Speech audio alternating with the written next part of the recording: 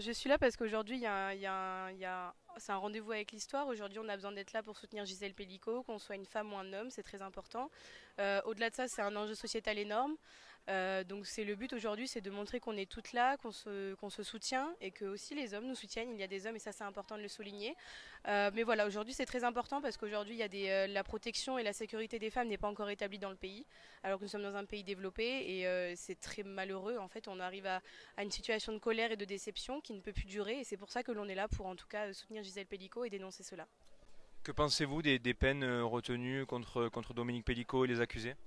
Alors, si on peut relever une bonne chance dans tout ça, c'est qu'ils ont tous été reconnus coupables, donc c'est déjà une bonne avancée, parce qu'on avait peur à la base des acquittements, etc. Mais aujourd'hui, les peines ne sont pas à la hauteur de ce qu'avait en tout cas réclamé le ministère public. Donc aujourd'hui, non, on n'est pas satisfait, on est déçu, on est en colère. Ça encourage une impunité profonde en France. Donc ça veut dire qu'aujourd'hui, quand on voit des accusés ou en tout cas des avocats qui sortent du tribunal devant et qui en tout cas brandissent le pouce en étant contents parce qu'ils sortent libres, bah, c'est compliqué. Je pense aussi à toutes les victimes où ça doit être compliqué d'être face en tout cas bah, voilà, à cette impunité. Et je pense que c'est pas l'image que la France aurait dû donner aujourd'hui. Et la France n'a pas été au rendez-vous aujourd'hui. En tout cas, la justice française n'a pas été au rendez-vous.